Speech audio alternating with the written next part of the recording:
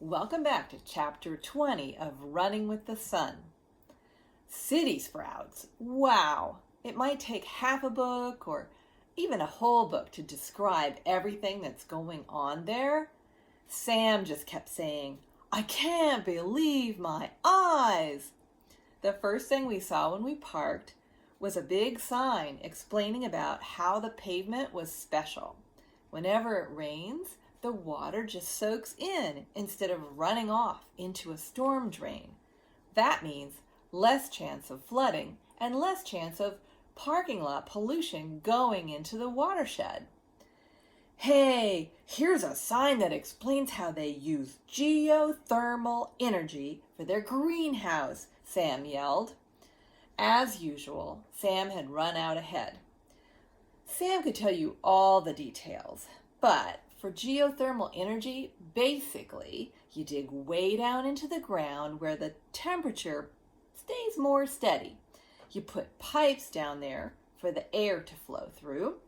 The air gets cooled down or warmed up, depending on the season, and then you blow it into the greenhouse to help make the building warmer in the winter or cooler in the summer. The greenhouse is huge. Before we had a chance to go in, we noticed a group of teenagers hauling plastic tubs out of a pickup truck. They were in a summer camp and were getting ready to feed the chickens, ducks, geese, and even a couple of young turkeys. As we got closer, we could see that the tubs were full of veggies. Celery, green and red peppers, potatoes, cucumbers, you name it. From every corner of the pen, birds were running toward the gate, quacking and clucking excitedly. Those tubs were heavy. It took 2 teenagers to carry each one, and these kids were a lot bigger than me and Sam. They had to watch out to keep from stepping on the eager birds. Then they poured the veggies out in a big pile and rushed out of the way, laughing. All the different birds scrambled to get there first. "Look at them chowing down on that," Sam exclaimed.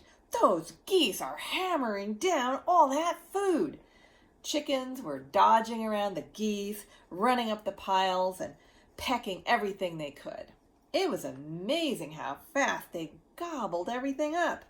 I thought the kids would have to chop it up for them, but the birds didn't need any help. "It's a free-for-all," Sam exclaimed. "Yes, they can't wait to get their veggies," a voice said from behind us. We turned around, and there was Shay Devine, the owner of City Sprouts. Her curly locks tumbled out of the side of her tangerine-covered head wrap. She was wearing a black tank top that said Seed, Soil, Soul in big silver letters.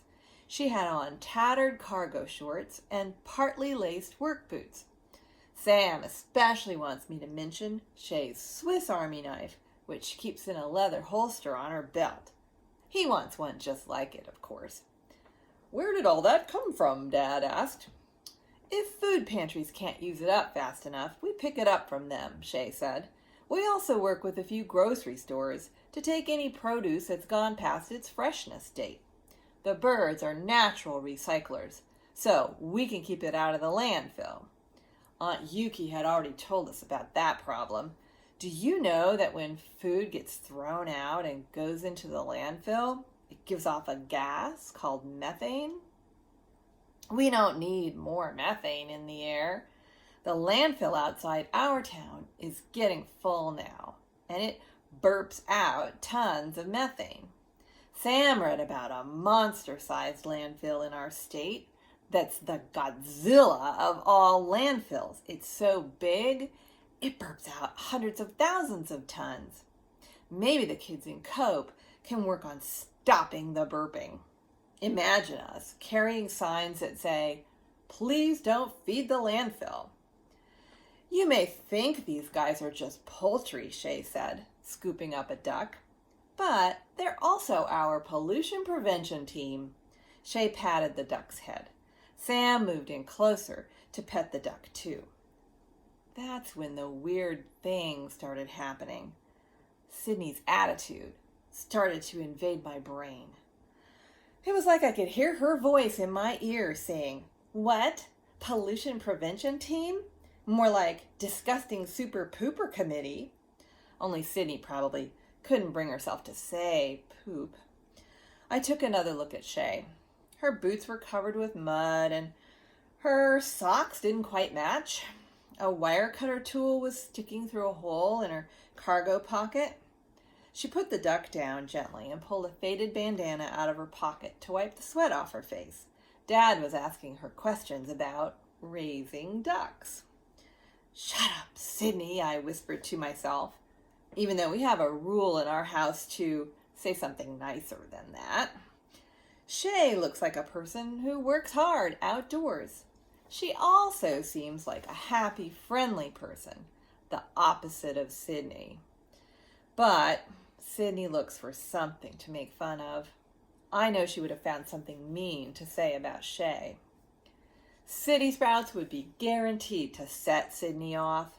It's like a deluxe version of Bill and Yuki's gardens. There are more trees and plants, and even a mushroom patch. Plus, more beehives and a lot more animals. They even raise fish inside the greenhouse. I thought, "Shut up, Sydney," as hard as I could to keep another Sydney-style remark from popping into my head. I tuned back into the conversation just in time to hear Shay say, "They can't help making a big poopy mess everywhere." She started to laugh. "Not to get too detailed about it, but ducks just don't have the same muscles in their butts that we do." "Butt muscles!" Sam exclaimed and started giggling. Dad's mouth made a few funny shapes.